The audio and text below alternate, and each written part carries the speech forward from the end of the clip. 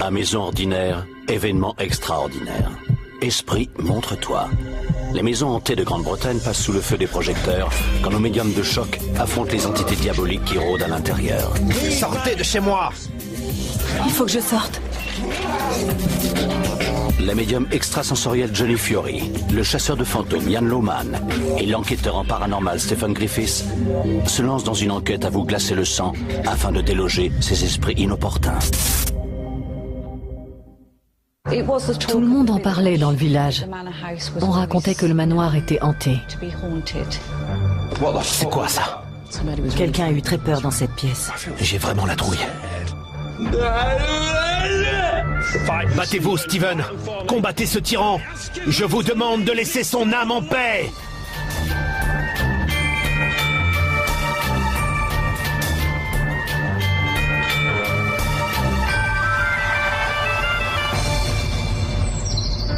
Le tranquille petit village de Lantern Herring abrite un manoir, une propriété du XVIIIe siècle appartenant à Julie Sparks et ses enfants, Lucy, Daniel et Steven.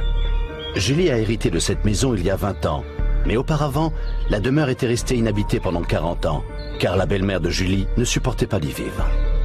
Le manoir appartient à la famille Sparks depuis environ 300 ans. Il a été transmis de génération en génération jusqu'à aujourd'hui. Je n'aime pas trop cette maison. Depuis que je suis petite, je ne l'ai jamais aimée. Elle me fait peur à cause de tous les événements que ma famille a vécu ici. Et ces événements deviennent bien trop fréquents lorsque la famille s'installe dans le manoir et commence des travaux de rénovation.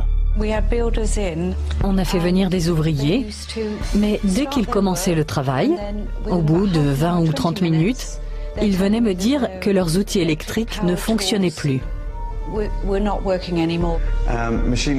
Les machines s'éteignaient, les outils ne fonctionnaient plus, sans raison. Il n'y avait pas d'explication. On ne sait pas pourquoi.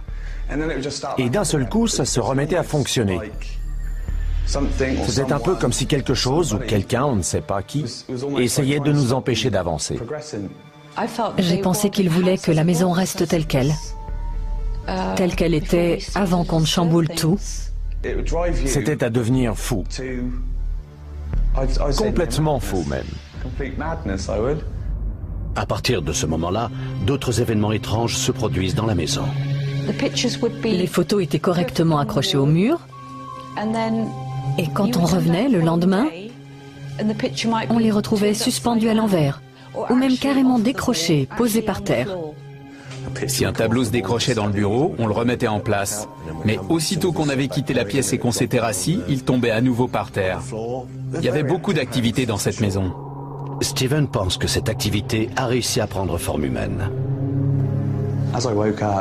Je me suis réveillé et au pied de mon lit, j'ai vu une apparition. Enfin non, ce n'était pas une apparition. C'était un homme qui se tenait là. Il n'a pas parlé, il n'a rien dit, il s'est contenté de rester là. J'ai vu cet homme apparaître environ 30 ou 40 fois, je crois. Et ça ne se passait pas qu'à l'étage, mais au rez-de-chaussée aussi. On le voyait dans la cuisine, par exemple. Si on allait chercher une bouteille de lait au moment de refermer la porte du réfrigérateur, l'apparition se trouvait là. Il y avait de quoi nous faire lâcher notre bouteille. Lucy n'oubliera jamais un incident en particulier. Je me souviens très bien de cette nuit. On a tous entendu un cri. C'était Daniel. On l'a retrouvé tout tremblant et il nous a dit qu'il avait vu une silhouette sombre au pied de son lit. Quand j'ai vu que cet être allait me sauter dessus, du moins c'est l'impression que ça donnait, j'ai bondi d'un seul coup hors de mon lit et j'ai hurlé pour appeler ma mère. Tout ça n'a duré que quelques secondes. Et là, ma fenêtre a fait... Elle a littéralement volé en éclats. J'ai su que quelqu'un allait venir me chercher. Je ne savais pas ce que c'était, mais c'est moi qui le voulais. Même si j'ignorais de quoi il s'agissait, il y avait souvent des corbeaux qui cognaient à la fenêtre dans cette pièce. C'était l'endroit qui me faisait le plus peur. Et ce ne sont pas les seuls parasites que l'on trouve dans cette maison. Il y avait de plus en plus de mouches. C'était impressionnant. C'était des mouches bleues aussi grosses que l'ongle de mon pouce. Et on n'arrivait pas à s'en débarrasser. Elles ne voulaient pas partir.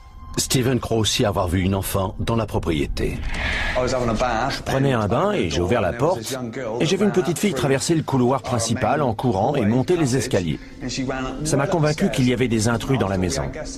Je suis descendu et j'ai dit « Maman, il y a des fantômes dans la maison ». Mais elle m'a répondu « Non, il n'y a personne dans notre maison ». J'ai dit que je venais de voir une petite fille et je peux vous dire que ça m'avait fichu une trouille bleue. Des gens nous ont dit qu'ils avaient bien vu une petite fille sur le terrain du manoir,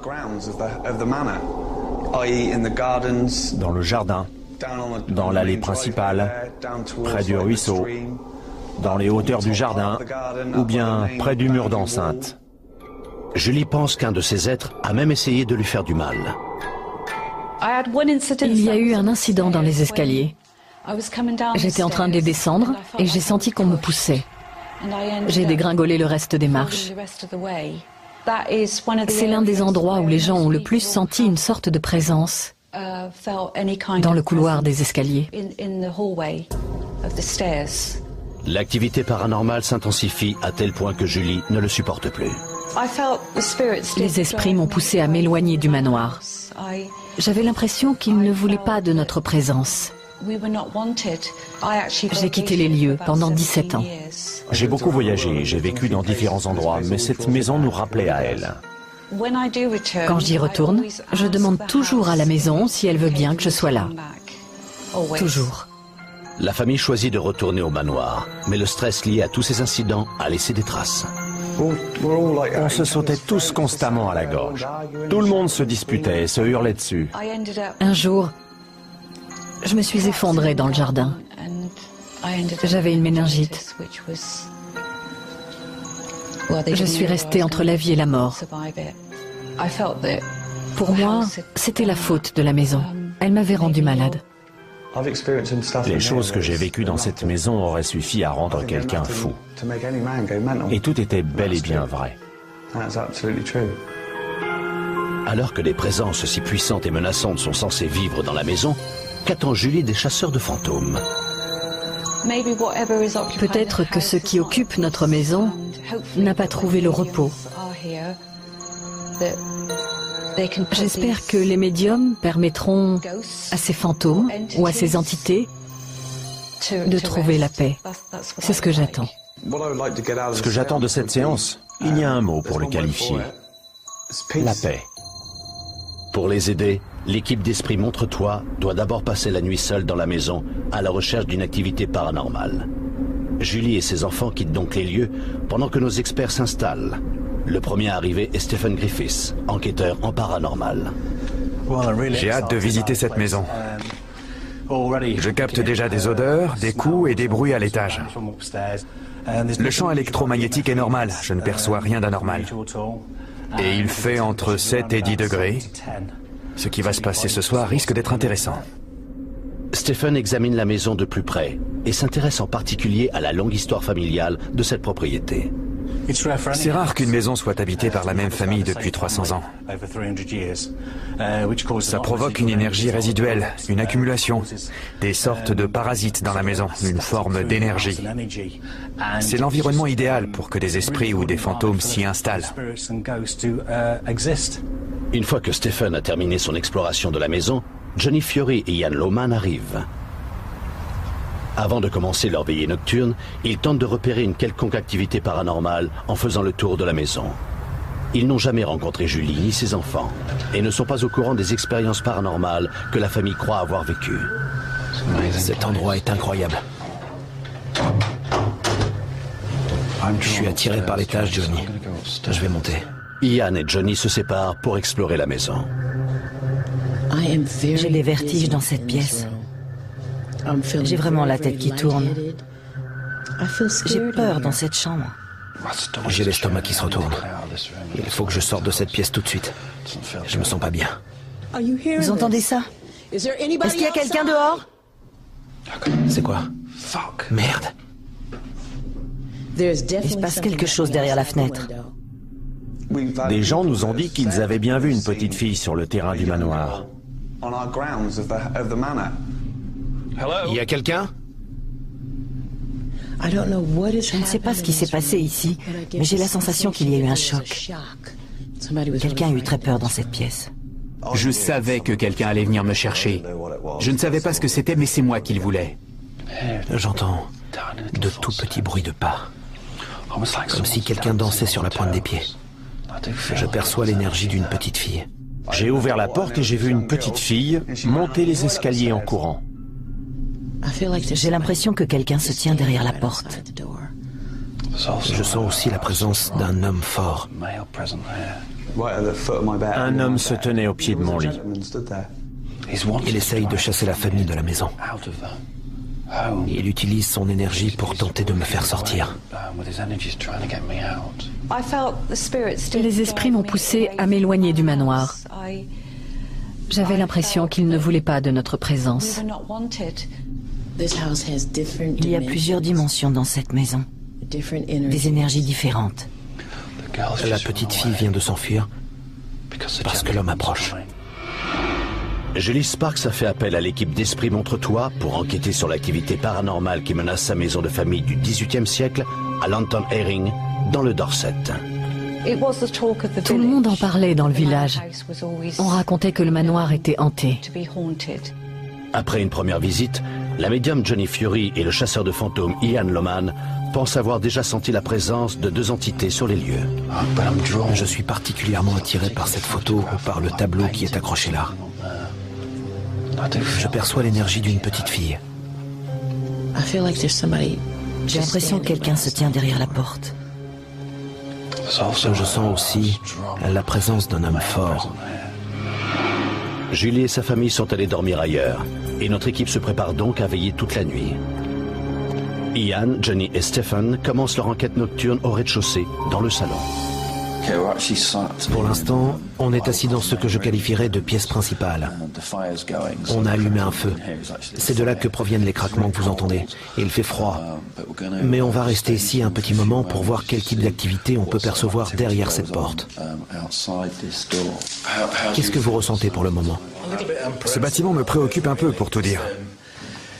Je n'ai rien perçu d'anormal pendant ma visite, et la température est stable, entre 7 et 10 degrés. Oui, il fait froid. Il fait très froid. Dans d'autres parties de la maison, j'ai eu des vertiges. J'avais un peu la tête qui tourne. J'ai constamment envie de regarder en haut. Je veux aller à l'étage. D'accord. Je ne sais pas pourquoi, mais je suis attiré par cet étage. D'accord. J'aimerais bien commencer directement par l'étage, par la chambre tout en haut. Peut-être que Stephen et moi, on pourrait s'en charger. Et Johnny, tu pourrais t'occuper de cette zone. Stephen et Ian se rendent à l'étage, dans la chambre sous les toits, pendant que Johnny reste seul dans le salon. Mes jambes sont très faibles. C'est étrange. C'est comme si c'était deux poids morts. C'est quoi? J'ai vu deux étincelles. Où ça? Au premier, sur le palier. C'est bizarre parce que j'ai entendu des bruits de pas. J'ai cru que c'était quelqu'un qui montait. Je trouve l'atmosphère de cette chambre vraiment déroutante. C'est presque trop tranquille. Je déteste qu'une pièce soit aussi calme. Il n'y a pas d'air. C'est aussi très oppressant. Je me sens épuisé. Oui, Je me sens lessivé, vidé. moi aussi. T'as entendu? On aurait dit que quelqu'un tirait les rideaux. Quelqu'un sur la pointe des pieds. T'as vu cette lumière? Il y a quoi au bout du couloir? Une autre chambre. Tu veux y aller? Oui. Stephen quitte Ian pour enquêter dans l'autre chambre. Je suis dans la pièce du fond et il fait un peu plus chaud ici. La température moyenne dans la maison et dans chacune des pièces est d'environ 7-10 degrés. La température est constante, mais l'air et l'atmosphère sont viciés. Il n'y a pas de vie. On est au milieu de nulle part, entouré par de l'eau. C'est lugubre et retiré. C'est un endroit très angoissant. Dans l'autre chambre, l'atmosphère tendue commence à oppresser Ian. Je me sens vraiment très nerveux. C'est bizarre. En général, je ne suis jamais aussi tendu. Mais ici, je ne sais pas pourquoi. Et pourquoi je murmure?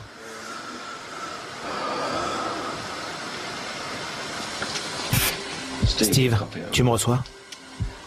Oui, je te reçois, terminé. Qu'est-ce que tu penses de cette chambre? Elle est sans vie. Cette maison est éteinte. Elle nous vide de notre énergie. Cette maison n'a pas d'âme. C'est ça le problème.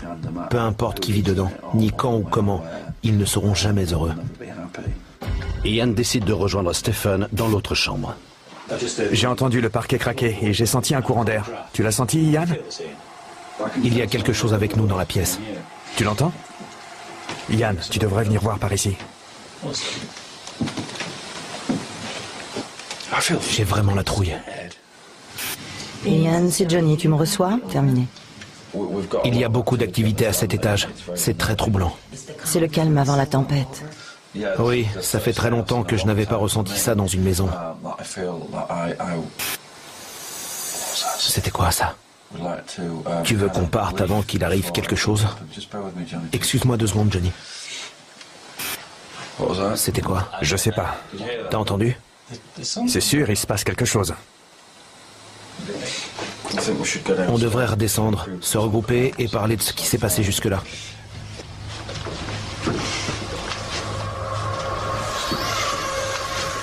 Eh mais c'était ouvert ça? Stephen vient de passer devant moi en rasant le mur. Je voulais avancer mais je me suis cogné dans la porte de l'armoire. Elle s'est ouverte toute seule.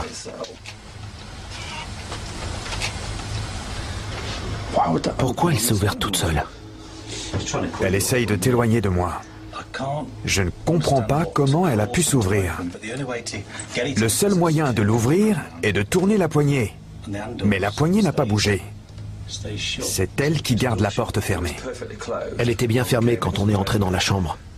Mais quand je suis passé devant, elle s'est ouverte toute seule. C'est comme si quelque chose essayait de m'empêcher de redescendre, ou alors essayait de me séparer de Stephen. Décidément, je me sens assez nerveux ici. Qui ou quoi essaye donc d'attirer leur attention? Je suis sûr que quelque chose me suit. Ian, je crois que j'ai entendu des bruits de pas.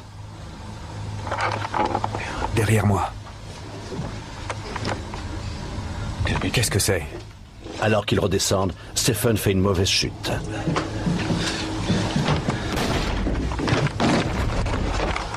Qu'est-ce qui s'est passé?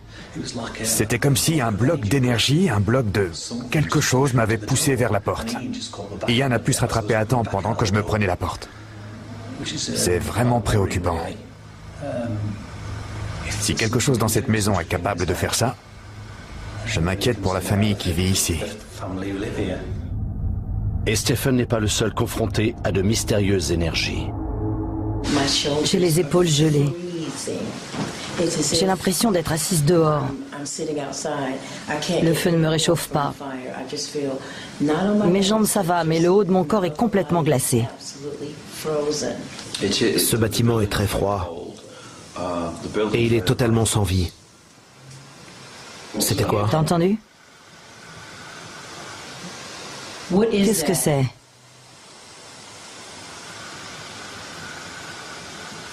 C'est un homme. C'est la voix d'un homme. Mais qu'est-ce que c'est? Merde. Que personne ne bouge. Moi aussi j'ai entendu. Taisez-vous. Ça résonne à travers les murs. Venez ici pour écouter.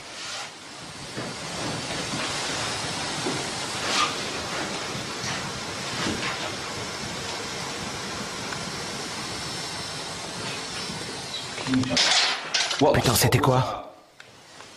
Mais qu'est-ce que c'est? On a jeté quelque chose dans ce coin. Personne n'a bougé, mais on a jeté quelque chose ici. Une pièce est tombée de ce côté-là. J'ai l'impression qu'elle est tombée par terre, non? Sur le plancher. C'est pas du parquet par là, c'est de la moquette. La pièce est tombée à côté de la télévision. Quelle pièce? La pièce, juste là. Elle est tombée là. Regardez, regardez. Il y a quelqu'un? Vous pouvez faire du bruit?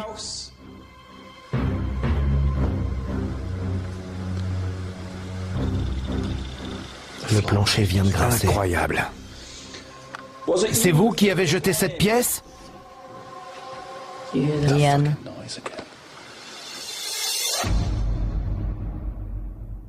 Le lendemain, Johnny retourne au manoir pour rencontrer pour la première fois Julie et ses enfants, Lucy et Daniel. Merci de me recevoir. Comment allez-vous? Ça va bien? Ça va, merci. Merci. Je voudrais commencer avec vous. Dites-moi ce que vous ressentez pour cette maison. Elle appartient à la famille Sparks depuis 300 ans. On a toujours eu une vie de famille heureuse ici, jusqu'à ce que les incidents commencent. Et quand est-ce que ça a commencé? Pour moi, ça a commencé dans les années 90. D'accord. J'avais quitté la maison parce que je ne voulais plus vivre ici. Je crois savoir que quand vous êtes parti, vous avez vécu dans une caravane sur votre terrain. Oui, c'est vrai. Pendant longtemps? Combien de temps avez-vous vécu dans cette caravane? Pendant plus de 3 mois. 3 mois. Oui. Vous vous sentez chez vous ici? Non, parfois non. D'accord. Non. Je ne me sens pas à l'aise depuis que j'ai passé la porte d'entrée. Vous vous sentez en danger ici? Oui, j'ai peur. D'accord. J'ai peur. C'est comme si je ne devais pas être là. J'aimerais savoir pourquoi. Pourquoi cette chose essaie de vous chasser de chez vous? Tout allait bien tant que la maison était restée telle qu'elle. Mais on a fait beaucoup de travaux. Ça remonte à 19 ou 20 ans. Mais ça ne m'a jamais plu. Ça s'est mal passé. Les outils se cassaient. Il faut se battre pour vivre ici. Donc la maison n'accepte pas que vous fassiez des travaux. C'est ça, elle ne veut pas être dérangée. Et pourtant, nous l'avons complètement chamboulée. J'ai tout de suite pensé qu'on avait été maudits. Je pensais que le manoir était maudit parce que tout allait de travers. C'en est arrivé à un point où On s'engueulait tout le temps. on se disputait constamment. On criait tout le temps. C'était épuisant. Harassant. Ça nous épuisait. Désolé que vous soyez prisonnier de votre propre maison, mais on va régler le problème. On espère. Oui. Les travaux réalisés par la famille pourraient-ils être responsables des événements étranges survenus au manoir? Parfois, rénover une maison peut provoquer une augmentation de l'activité paranormale. Ça a déjà été constaté. On pourrait émettre l'hypothèse que l'esprit qui vit, qui existe dans ce milieu, ne veut pas voir son environnement transformé. Il proteste donc avec les moyens dont il dispose. Avant que notre équipe ne retrouve les Sparks pour une séance nocturne, l'historienne d'Esprit Montretois, Ali Rubenhold, explore la côte sud du Dorset à la recherche d'informations sur la propriété de Julie et sur ses environs. La maison de Langton Herring est située près de Chesil Beach, une plage de galets de 29 km de long, souvent utilisée pour la contrebande. En effet, des familles de la région se remplissaient les poches grâce au commerce illicite. Ali visite également le manoir pour en apprendre plus sur les ancêtres de Julie. De nombreuses familles n'ont fait que passer dans la région. Mais les Sparks vivent dans la même maison depuis 1754, depuis qu'Isaac Sparks a quitté le Dorchester. En tant que juge, Isaac a dû voir un nombre conséquent de contrebandiers défiler dans son tribunal.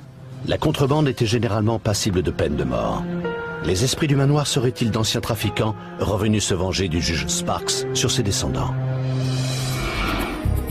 L'équipe d'Esprit Montretois mène l'enquête dans une maison du XVIIIe siècle que Julie Sparks a héritée de ses ancêtres. Après une nuit glaciale et déroutante dans la propriété, elle est persuadée que Julie et sa famille ne sont pas les seuls occupants de la maison. Putain, c'était quoi? On a jeté quelque chose dans ce coin. Il y a quelqu'un? C'est vous qui avez jeté cette pièce? Le chasseur de fantômes Ian Loman retourne au manoir pour proposer son aide. Il rassemble Julie et ses enfants, Lucy, Steven et Daniel, dans la salle à manger. Bonjour. C'est vous, Julie? Oui. Bonjour. J'ai passé la nuit d'hier ici avec Johnny et Stéphane. J'ai senti qu'une vendetta pesait sur votre maison. Et j'ignore pourquoi. J'ai l'impression qu'un homme lié à cette maison devait posséder un certain pouvoir dans la ville ou dans le village. Quelque chose de ce genre. On va devoir en apprendre plus sur cet homme. J'ai également visité l'étage juste au-dessus de nous. Et j'ai été particulièrement attiré par le portrait d'une petite fille. Et pendant que j'observais la photo, en un éclair, cette petite fille a bondi devant moi. Ça va? Mon Dieu.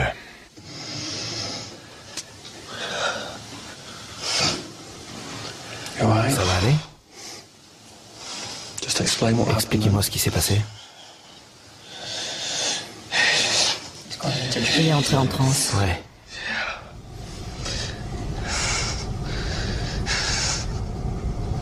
Respirez profondément.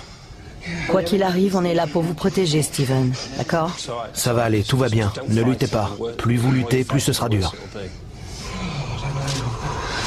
J'ai senti quelque chose passer à travers moi. D'accord. C'est bien, c'est bien. Je suis désolé. Non. C'est normal, tout va bien. Je tremble de partout. C'est normal. Ça va aller. Il y a quelque chose autour de nous. Ici. Oui, il y a quelque chose. Mon Dieu. Expliquez-moi ce que vous ressentez en ce moment. C'est une énergie. Je me sens complètement retourné. Est-ce que l'un d'entre vous a vu ou senti la présence d'une fillette? Oui. Vous? Oui. L'énergie est arrivée dès que j'ai mentionné la fillette. Oui. Ça va aller. Et respirez profondément. Ne luttez pas. C'est la pire chose à faire. Laissez faire les choses. Laissez-vous faire. Laissez-vous faire. Ça va aller.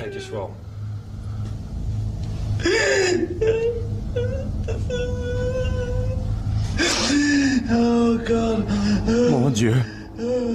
Qu'est-ce qui se passe? Julie, pouvez-vous approcher? Vous pouvez le tenir? L'amour d'une mère est puissant. Vous pouvez tenir la main de votre frère? C'est bien.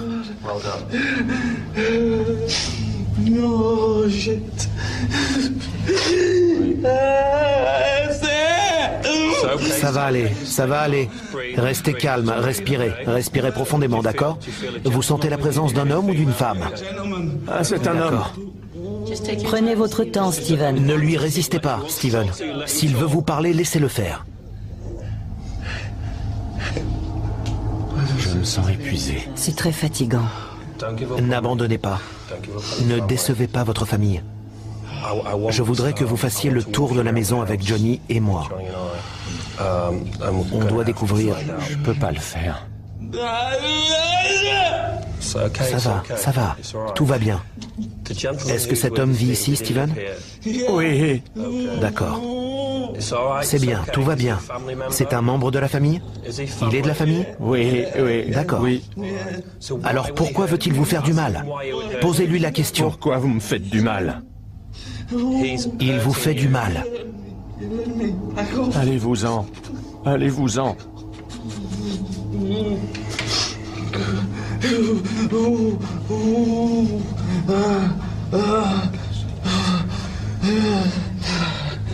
Il est faible, Steven. Il est faible. Il veut votre énergie parce qu'il est trop faible. Son cœur bat très vite. Oui, ne vous inquiétez pas. Je vais vous demander de vous lever. Ian s'inquiète pour Steven. Il doit agir immédiatement pour chasser ceux qui cherchent à s'emparer de lui. Je ne peux vous aider que si vous m'aidez à le combattre. Marchez avec moi. Posez vos mains sur mes épaules. Les deux mains sur mes épaules. Johnny, tu peux venir m'aider? Ça va aller. Laissez-vous faire. Laissez-vous faire. C'est bien, c'est bien. Il s'affaiblit, il s'affaiblit. Si vous entendez ma voix, s'il vous plaît, laissez Steven tranquille et avancez-vous. C'est bien, il vient vers moi. Bien, s'il vous plaît, éloignez-vous de ce corps.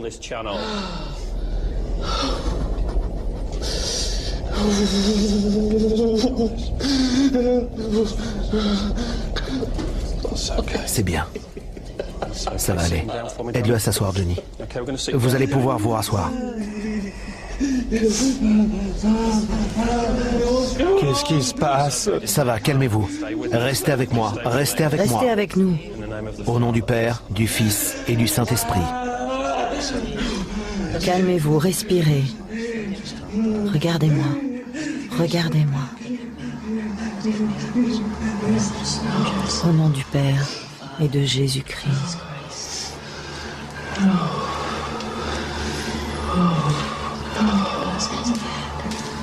merde. L'équipe pense que Steven vient d'être exorcisé. Johnny l'emmène donc dehors pour prendre l'air pendant qu'Ian revient sur cet étrange événement avec le reste de la famille. Pouvez-vous m'éclairer sur le passé de Steven? Il doit y avoir quelque chose... Vous voulez vraiment que je vous dise ce que j'en pense? J'ai besoin de savoir. On a remarqué cette... Colère. On a remarqué qu'il est assez agressif. D'accord. Très en colère. Il ne supporte plus rien. Il est très très agressif. Il est tout le temps stressé. Je vois. Je ne reconnais plus la personnalité de Steven. Non. À l'extérieur, il semblerait que l'exorcisme n'ait pas fonctionné. Oh non. Il faut lutter. Soyez fort. Soyez fort, soyez fort. Oh non. Je suis là, tout va bien. Tout va bien. Restez avec moi. Regardez-moi, Steven, regardez-moi. Regardez-moi. Ian. Demandez-lui de s'éloigner. Faites-le partir. Allez-vous-en. Demandez-lui de partir, allez-vous-en. Allez-vous-en. Ne bougez pas, ne bougez pas. Je vous demande de laisser son âme en paix. Allez-vous-en. Steven, battez-vous pour moi. Combattez-le. Battez-vous. Accrochez-vous à moi, Steven. Steven, battez-vous. Battez-vous, Steven. Résistez-lui. Pensez à votre famille, Steven. Pensez à votre famille. Ne lui cédez pas. Pensez à votre famille, Steven. Pensez à tous les gens qui vous aiment. Pensez à eux. Au nom du Père, du Fils et du Saint-Esprit, je vous demande de partir. Je vous demande de laisser cette personne en paix. Donnez-nous votre lumière et votre amour. Steven, restez avec moi. Battez-vous. Il veut pas partir. Il est toujours là. Vous devez être fort. Tout va bien, battez-vous. ne bougez pas. Vous devez vous battre, Steven. Résistez-lui.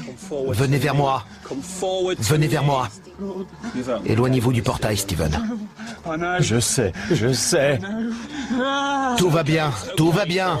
Ça va. C'est un esprit, il n'est pas fait de chair. Entourez-vous de lumière, Steven. Il ne pourra pas vous atteindre. Voilà. Ouvrez les yeux pour moi. Regardez autour de vous. Concentrez-vous.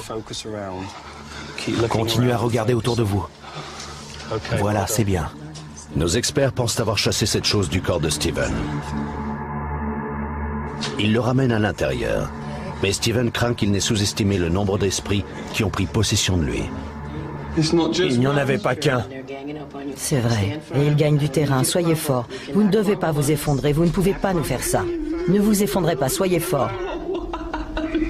Il y en a des centaines. Je sais, ils sont attachés à cette terre. C'est à cause de la terre. Vous vous débrouillez très bien. Allez-vous-en. C'est ça, demandez-leur de partir. Ils sont des centaines. Ça va aller. Votre chambre, c'est laquelle, Steven? Des centaines.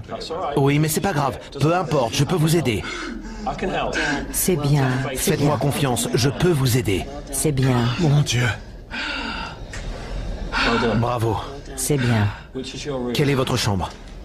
À l'étage. Vous pouvez m'y conduire? Oui. Je veux que tout le monde vienne. Vous devez rester fort. Ian pense que l'apparition dont Steven a été témoin dans sa chambre pourrait être responsable de cet envoûtement. Il veut donc le faire monter dans sa chambre pour réussir à chasser l'esprit. L'enquêteur en paranormal, Stephen Griffiths, les observe sur un moniteur depuis sa camionnette. Avancez, Steven, c'est bien. C'est bien. Regardez votre mère, regardez votre mère. Voilà. Merde. On va y arriver, on va y arriver. Après ça, tout va changer. Gardez ça en tête. Ça va aller. Vous pouvez le faire. Oh merde. Il a peur, Steven, car c'est par ici qu'il est arrivé et il va repartir par le même endroit. Ça va aller, Steven. Il est affolé parce qu'il va s'en aller. Oui, continuez à avancer, Steven. Ça va aller, un pas à la fois. Allez, c'est bien. Où est votre chambre, Steven? Tout va bien.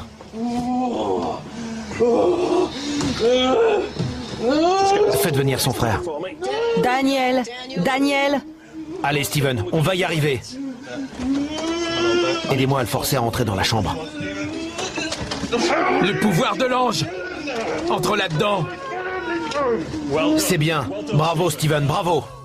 Dans la maison familiale du XVIIIe siècle de Julie Sparks, l'équipe d'Esprit Montre-toi se bat contre une entité maléfique qui a pris possession du corps du fils de Julie, Steven. Ça va aller. Restez calme, respirez profondément, d'accord? Vous sentez la présence d'un homme ou d'une femme? Ah, c'est un homme. Ne lui résistez pas, Steven. S'il veut vous parler, laissez-le faire. L'équipe essaye de faire monter Steven dans sa chambre car elle pense que c'est par là que l'esprit est arrivé. Aidez-moi à le forcer à entrer dans la chambre. Le pouvoir de l'ange! Entre là-dedans! Allez, Steven, c'est bien. Bravo, Steven, bravo. C'est bien. Salaud! Entrez. On n'avait jamais vu personne dans cet état avant. Jamais. C'est bien. Je demande à ces démons de laisser cet homme. Je vous demande de partir. Je vous demande de partir. Battez-vous, Steven. Combattez-les pour moi. Pensez à votre famille. Au nom du Père, du Fils et du Saint-Esprit. Ils sont trop nombreux. Non, Steven, il n'y en a qu'un, un seul. Au nom du Père, du Fils et du Saint-Esprit. La fillette est ici. Si elle est dans la pièce, ce n'est pas si mauvais. Regardez-la danser, Steven. Steve a déjà vu la fillette qui est entrée dans la pièce. Elle va le calmer. Elle va servir de distraction. Elle fait des pirouettes comme une ballerine. Ça va le distraire, lui remettre les pieds sur terre. C'est une énergie positive.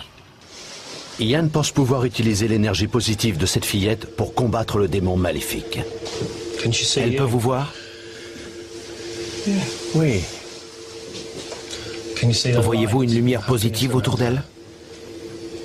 Oui. Demandez-lui si vous pouvez la rejoindre. Continuez à marcher vers elle. Elle a l'air loin. D'accord, restez calme, bien calme. Ma puce, si tu m'entends, dirige-toi vers Steven. Vous la voyez? Elle me touche. Elle vous a touché? Parfait. Vous voyez l'amour et la lumière qui l'entourent? Oui. Oui. Prenez sa main.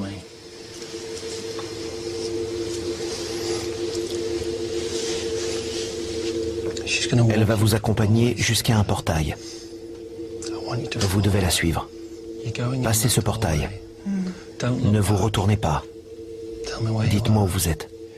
Je suis passé. Vous l'avez passé? Je veux que vous refermiez ce portail derrière vous. Je le ferme. Vous l'avez refermé? Je ferme le portail. Il s'est calmé. Il y a encore 2 minutes, il fallait le maintenir sur son lit. Ça va? Regardez autour de vous. Qu'est-ce qu'il y a? C'est comme si je sortais d'une sorte de transe. Il y a beaucoup de monde ici. Votre mère et votre sœur sont là. Votre frère aussi. On est tous là. C'est fini maintenant. Il est beaucoup plus alerte. Il a ouvert les yeux. Ça a l'air d'aller maintenant. Je crois que le pire est passé. Convaincus qu'ils se sont enfin débarrassés du démon, Stephen fait le tour du manoir une dernière fois. J'ai fait le tour de la maison et l'atmosphère est beaucoup plus détendue, plus légère. Il reste beaucoup d'énergie résiduelle, mais ça va s'arranger au fil des mois et des années. C'est le temps qui nous le dira. Quelques jours plus tard, l'historienne Ali Rubenhold retourne à Lantern Herring pour essayer de mieux comprendre ce qui s'est produit au manoir. C'est à l'église du village qu'elle va faire de macabres découvertes. J'ai consulté le registre des enterrements et j'ai découvert quelque chose d'intéressant. Apparemment, le 3 août 1832, 4 garçons, tous âgés de moins de 9 ans, ont été enterrés en même temps. J'ai aussi découvert cet article qui relate un déplorable accident survenu dans un four à chaux édifié par un certain Isaac Sparks. Les 4 garçons s'amusaient en escaladant le four et en courant tout autour. Tout à coup, la pièce s'est remplie d'un gaz toxique qui les a tués sur le coup. Le pasteur de l'église s'est précipité à leur secours, mais il était trop tard. Lors de l'enterrement, 18 enfants vêtus de blanc ont porté leur cercueil. L'un des journaux a écrit qu'il était atroce d'être témoin de la peine qui accablait la mère d'un des garçons. Voilà tout ce qu'il reste du four à chaud où a eu lieu ce terrible accident. Bien que personne n'ait été accusé de leur mort, il se peut que les familles accablées aient tout de même cherché un coupable. La présence au manoir pourrait-elle être l'esprit torturé d'Isaac Sparks, rongé par la culpabilité d'avoir tué ses enfants innocents? 2 semaines plus tard, Julie et sa famille reviennent sur leur expérience avec l'équipe d'Esprit Montre-toi. Je ne m'attendais pas vraiment à ça. On n'a pas réellement pu faire de séance. Apparemment, mon rythme cardiaque s'est emballé. J'étais en nage, mais je ne m'en rappelle pas. Vraiment pas. Il tremblait de la tête aux pieds. C'était assez effrayant de voir qu'il ne pouvait rien contrôler. Ce qui se trouvait là s'est servi du corps de Steven. Steven n'était plus lui-même. Son visage était complètement différent. Tous ses muscles étaient contractés. Il avait l'air crispé et sur son visage, on pouvait lire de la colère. Il s'est passé quelque chose dans cette chambre. J'ai vu la fillette, je m'en souviens. Elle a conduit cet homme vers la lumière, je l'ai vu le faire. C'est un énorme soulagement. Steven va bien et je me sens plus en paix dans la maison. Cette nuit a été une expérience incroyable pour nous tous. Je n'avais jamais rien vécu d'aussi effrayant. Après une telle expérience, que pense désormais la famille de sa maison? La famille ressent une bien meilleure énergie dans la maison. On est beaucoup plus proches maintenant.